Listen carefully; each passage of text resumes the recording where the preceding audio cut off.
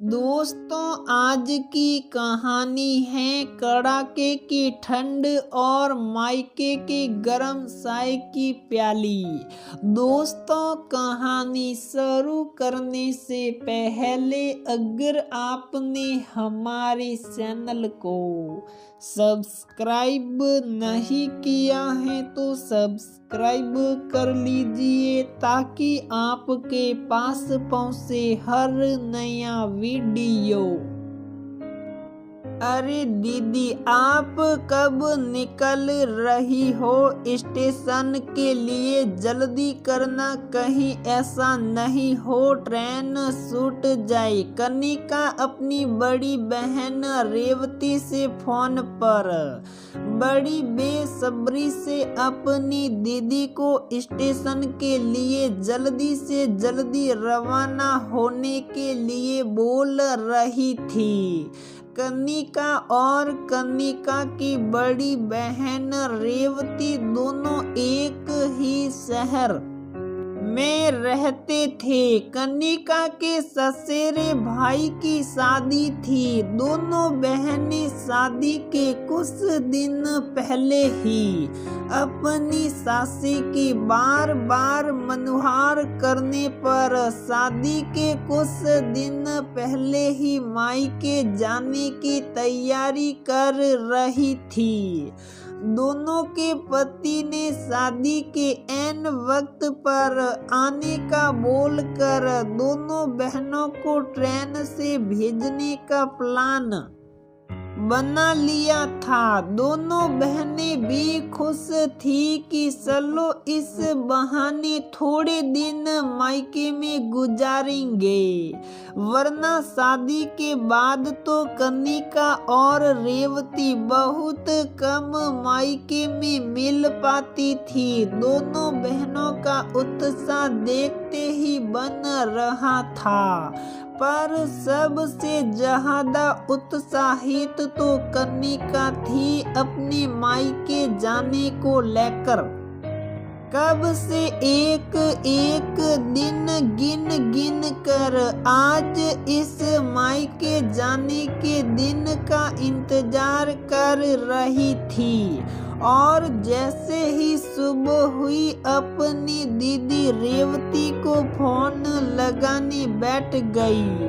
रेवती बोली, अरे कनिका, थोड़ा सब्र कर, मायका तुझे वही मिलेगा। अरे कम से कम ट्रेन के आने का टाइम तो होने दे। अभी ट्रेन को आने में 5 घंटे पड़े हैं। अभी स्टेशन जाकर क्या करेंगे? 1 घंटा पहले निकलेंगे, टाइम पर पहुंच जाएंगे। पर कनिका से तो ये एक घंटा बड़ी बेसब्री से निकल रहा था। कनिका को आज ना तो खाना खाना अच्छा लग रहा था, ना कोई और काम करने का मन कर रहा था। वह तो घड़ी में बस ट्रेन के आने के टाइम का इंतजार करती हुई इधर उधर पूरे घर में घूम रही थी। कनिका की सास कनिका को इस तरह घर में चक्कर लगाते हुए देखकर बोली, अरे बहू, बड़ी बेसब्री हो रही है मायके जाने की। अरे अभी तो ट्रेन आने में बहुत टाइम है। किचन में थोड़ा काम पड़ा है, कम से कम उसको तो कर दो तब तक। फिर तो तुम्हारे जाने के बाद हमको ही करना है। जब तक हो तब तक तो कर दो।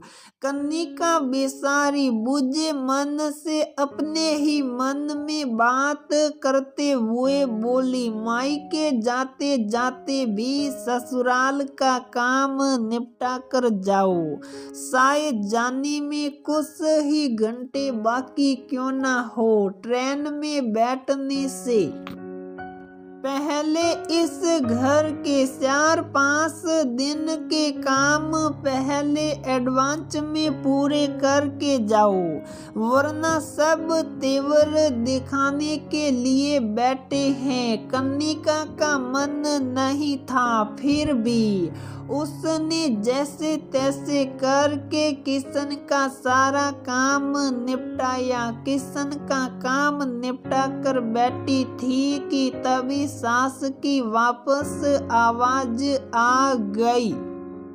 अरे बहू, आज तो अपने हाथों की चाय बनाकर पिला दो। कन्निका चाय बनाने लगी। 1 कप चाय का एक्स्ट्रा कन्निका ने अपने लिए भी बना लिया। सास को चाय का कप देकर कन्निका अपना कप लेकर जैसे ही कमरे में जाने लगी, सास ने फिर फरमान सुना दिया। अरे कन्निका, आज धूप बहुत अच्छी है। ऐसा कर, कमरे में रखी हुई रजाइयों को थोड़ा छत पर धूप दिखाने के लिए रख कर आ जा।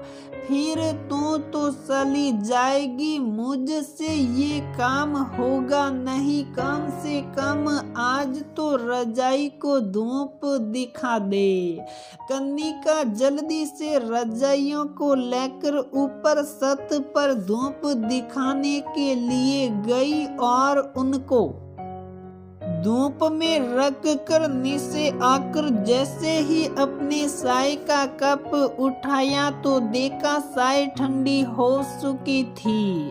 कन्निका ने जल्दी चाय पी ली और खुद से बोली, ससुराल में गरम चाय तो एक सपना सा बन गई है। आजकल कभी भी फुर्सत वाली चाय की प्याली नहीं पी पाई। ससुराल में चाय बनाने से लेकर चाय पीने तक के बीच में इतने सैकड़ों काम हो जाते हैं छोटे मोटे की बेचारा चाय का कप भी मेरा इंतजार करते करते चाय को ठंडी कर देता है। तभी रेवती का फोन आ गया। रेवती बोली, कन्निका, मैं घर से निकल गई हूँ, तुम तैयार रहना, मैं तुमको लेने आ रही हूँ। हम साथ में स्टेशन चलेंगे। रेवती की बातें सुनकर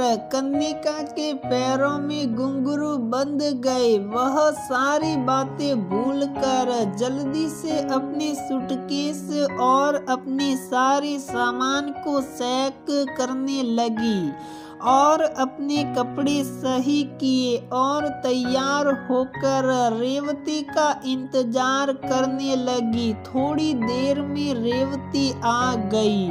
कन्निका उसके साथ खुश मिजाजी से अपने मायके जाने के लिए रवाना हो गई। दोनों बहनें अपने मायके जाने को लेकर बहुत खुश हो रही थी। दोनों की ट्रेन का सफर बहुत अच्छा रहा। दोनों शादी में ये करेंगे वह करेंगे बातें करते हुए कब अपने मायके के स्टेशन पर आ गई पता ही नहीं चला। स्टेशन पर कन्निका का भाई दोनों को लेने आ गया था। सुबह के 4 बज गए थे। दोनों बहनें अपने भाई को देखकर बहुत खुश हुई। सुबह का टाइम था इसलिए सब लोग सोए हुए थे। दोनों बहनें भी काफी थक चुकी थी, इसलिए दोनों बहनें भी सुबह सबसे मिलने का सोच कर आराम से रजाई में दुबक कर सो गई। सुबह सासी और माँ ने दोनों को उनकी रजाई खींचते हुए उठाया और बोली, अरे ससुराल में दोनों को सोने को नहीं मिलता क्या, जो यहाँ घोड़े बेचकर खर्राटे लेकर सो रही हो।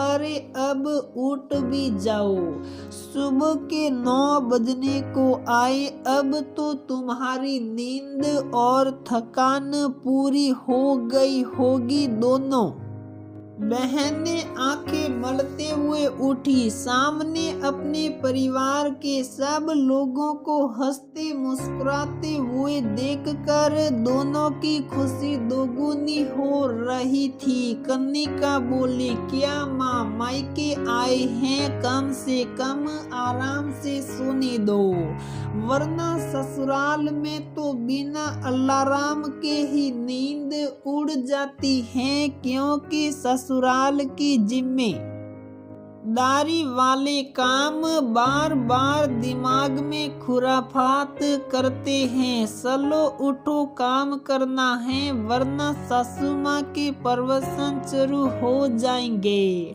सुबह सुबह कन्निका की बातें सुनकर सब लोग जोर जोर से हंसने लगे। तभी कन्निका की सासी बोली, अरे जाओ, दोनों हाथ मुंह धोकर आ जाओ, तुम्हारे लिए अभी गरम गरम चाय नाश्ता लेकर आती हूँ। दोनों बहनें फ्रेश होकर आ गई थी और वापस आकर रजाई में दुबक गई। तभी सासी गरम गरम चाय नाश्ता लेकर आ गई थी।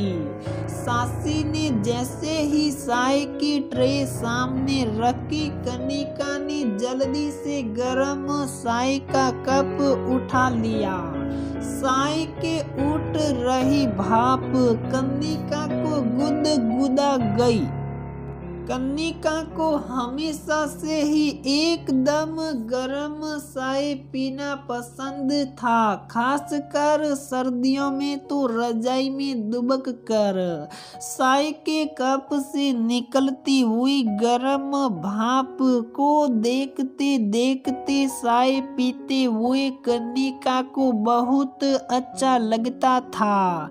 पर ससुराल जाने के बाद तो इस तरह से चाय पीना कन्निका जैसे ये सब भूल ही गई थी। सुबह सुबह घर के कामों की भागा भागी की जिंदगी में कन्निका को कभी फुर्सत से चाय की प्याली पीने का मौका ही नहीं मिलता था। जब तक कन्निका चाय का कप हाथ में लेती हैं, हमेशा चाय ठंडी हो जाती थी। कन्निका उस ठंडी चाय को भी जल्दी से पी लेती थी और फिर वापस कामों में लग जाती थी। कन्निका अपनी आंखों में थोड़ी नमी लाते हुए बोली, सच में साची जिंदगी की छोटी छोटी खुशियां तो बस मायके में ही पीछे छूट जाती हैं। मायके की एक गरम चाय की प्याली भी, और वह भी कड़ाके की ठंड में, मन को इतनी खुशी और ताजगी से भर देती है कि पूछो मत। माँ के आंगन में फुर्सत से बैठकर गप सप करते हुए एक चाय की प्याली भी जिंदगी को खुशियों की झोली से भर देती है। वरना ससुराल में तो जिम्मेदारियों के थपेड़ों में बहते बहते ये गरम चाय की प्याली कब ठंडी हो जाती है पता ही नहीं चलता है। रेवती ने कन्निका को कोहनी मारते हुए कहा, अरे अब मायके के ऊपर बड़े बड़े देश देना बंद कर और इस गर्म चाय की प्याली का लुत्फ उठा, वरना ये भी ठंडी हो जाएगी सबके साथ। गप सप करते हुए आज कनिका उस गर्म चाय की प्याली में इतना सुकून ढूंढ रही थी जिसको वह बरसों से खो चुकी थी। कड़ाके की ठंड और मायके की गर्म चाय की प्याली सच में किसी अमृत से कम नहीं होती हैं।